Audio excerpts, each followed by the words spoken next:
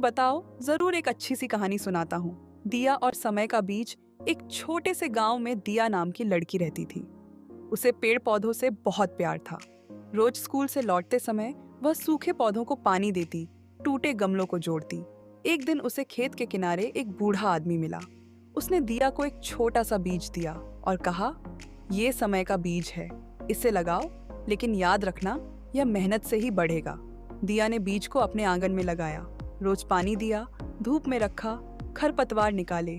दिन बीतते गए, लेकिन कुछ नहीं उगा। पड़ोस के बच्चों ने मजाक उड़ाया, ये तो बेकार बीज है। दिया उदास हुई, पर उसने देखभाल नहीं छोड़ी। एक सुबह मिट्टी से एक नन्हा सा पौधा निकला। धीरे धीरे वह बड़ा हुआ और उस पर फल लगे, लेकिन वे फल घड़ियों जैसे थे।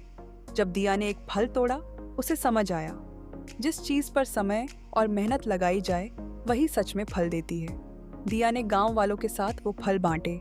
गांव में पढ़ाई, पेड़ और आपसी मदद बढ़ गई और दिया समझ गई, सबसे कीमती बीज धैर्य और मेहनत के होते हैं। बताओ, जरूर एक अच्छी सी कहानी सुनाता हूँ। दिया और समय का बीज। एक छोटे से गांव में दिया नाम की लड़की रहती थी। उसे पेड़ पौधों से बहुत प्यार था। रोज स्कूल से लौटते समय वह सूखे पौधों को पानी देती, टूटे गमलों को जोड़ती। एक दिन उसे खेत के किनारे एक बूढ़ा आदमी मिला। उसने दिया को एक छोटा सा बीज दिया और कहा, ये समय का बीज है, इसे लगाओ, लेकिन याद रखना, यह मेहनत से ही बढ़ेगा। दिया ने बीज को अपने आंगन में लगाया। रोज पानी दिया, धूप में रखा, खरपतवार निकाले। दिन बीतते गए, लेकिन कुछ नहीं उगा। पड़ोस के बच्चों ने मजाक उड़ाया, ये तो बेकार बीज है।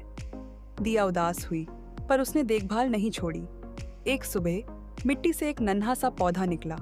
धीरे धीरे वह बड़ा हुआ और उस पर फल लगे, लेकिन वे फल घड़ियों जैसे थे।